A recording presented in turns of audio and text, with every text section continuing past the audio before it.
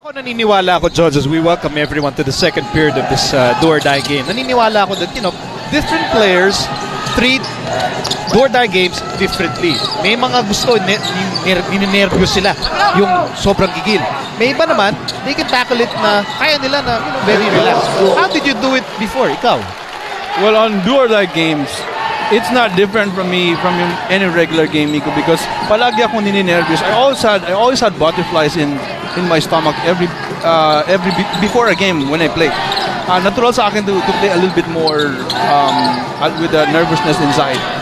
So siguro it's good for me to be a little bit nervous because it means that I care about the game. That's true. That's true. Baga significant sa'yo yung game na lalaruin mo. And I will be concerned if coming into a game na parang hindi ako ninenervyos, parang I'm overconfident. Ibig sabihin parang you're overconfident. Shot clock down to 10. At lamang ng 4 dito ang Powerade. Adukol.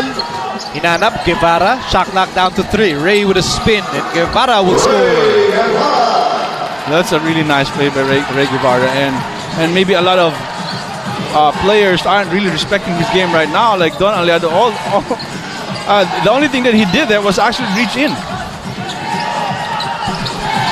Sunday. No.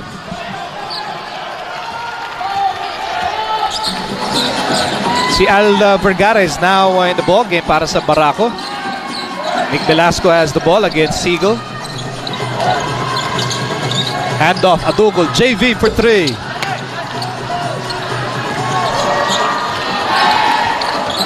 Dami rin veterano on the floor, ha? Velasco, Siegel, Miller, Aliado, Tugade, Sunday. I mean, that's a lot of playoff experience. Nagtatakbuhan dito. Sweet shot para kay Willie Miller, shooting over Ray Guevara. Miller now with 6 points off the bench. And you will know that if Millie really is into a game is that once he's making his jump shot. Yeah, he's going to be a really tough cover. Anytime a foul laban kay Al Vergara, there's Willie. He's vocal. He's talking to teammates. He's talking to the bench. Very involved so he's far. He's talking to himself also. Talking to himself, yes. Pasok ang unang free throw ni Rudy Linganay. And Omar Sneed will make his return. Papalitan si Nick Velasco.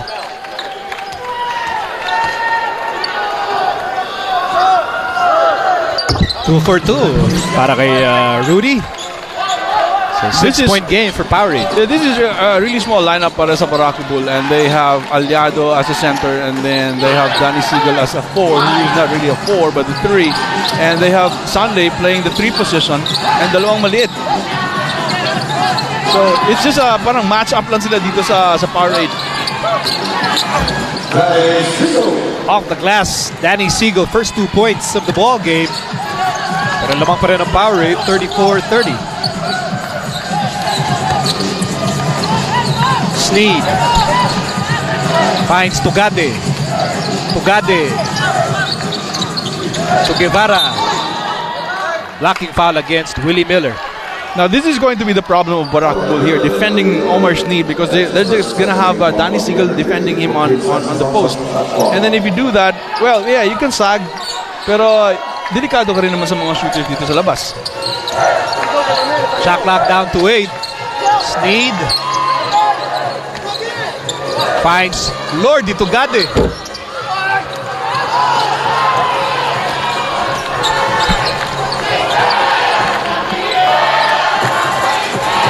Nasa mga unang bahagi tayo ng second period.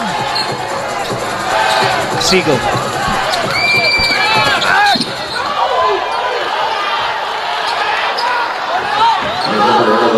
Yeah, and the players were asking why would the outside referee or so that's just the question. They're not really questioning if it's a foul or not. Just a matter of vantage point. Yeah, vantage point. Meantime, Danny Siegel has been very active dito sa first half. 4 points. Turnover against Powerade. those things are really important dito sa klase na game na to. Way to go, Danny. Yung yung mga veterano ng Barako, there's a pep in their step, ha? Willie, Danny, Don. Yeah, and they see the importance of this game. Miko, you know, if you get to the semifinals, Miko, you know how much these guys are gonna get for bonuses. Yeah, if you quantify it in terms of how much money you're gonna get, sayang talaga pag matalo ka dito, ma-eliminate ka na. You're talking about at least half a month's salary worth. At least. You see, Isang gabi. kasi ako ay try. Baka sakali. Maswerte yun eh. First person na laban kay Danny Siegel.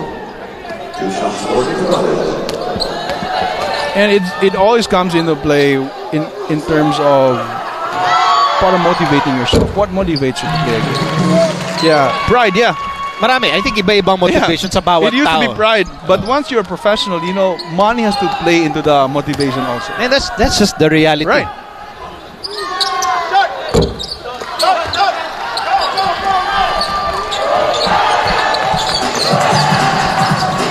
Seven and a half remaining in the first half. Willie Miller.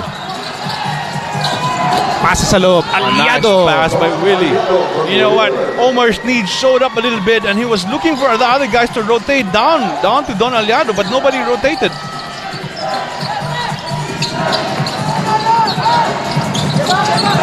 Tied ball game at 35. Sneed for three. Yes, sir. Maybe he knows after all how to play this kind of games, even if it is the first time. Siguro hindi na lang niya iniisip yung pressure. Maybe he's just really tuned into the moment. And there's Sneed with a swipe. And Sneed with the play. He was fouled in the backcourt by Don Aliado. Excellent hands by Bata pa niyan. Here's Sneed again. And he missed that time. Barako down by 3. Aliado inside. You don't know how beautiful that play was. Don Aliado got the position that he wanted down there at the key.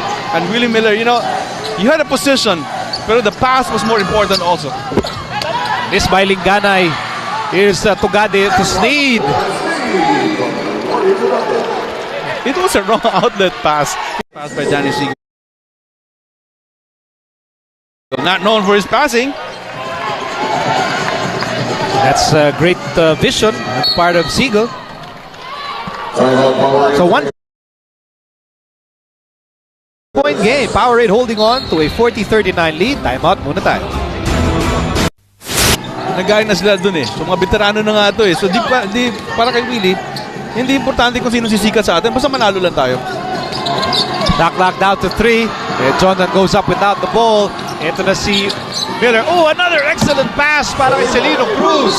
Yeah, akala nung defender na hindi niya bibigay kay Celino because he was looking to the other way. It's a no-look pass by Willie.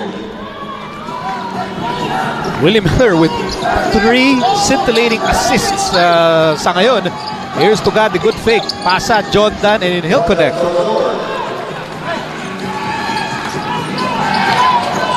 So back and forth we go dito sa second quarter. Lamang ang Powerade 42-41.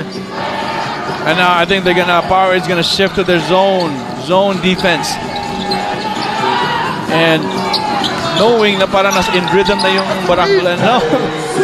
Well, you can do anything with that. You know, zone or man-to-man, Danny's just gonna score on you with the kind of defense. So the lead is back with Barako 43-42. Manningham, Jordan, Tugade. Tugade fires the 3. Kasama si Sneed, JV Casio. JV Casio rather. At ito naman ang Barako. They have Miller, Cruz, Aliado, Hickerson, Danny Siegel. Drop pass, Hickerson. Siegel will score! Big problem there with their zone defense. Dahil if you're zone defense, you should kind of protect also the middle. And, you know, Hickerson, unang move pa lang ni Miko, nakapasok siya sa key.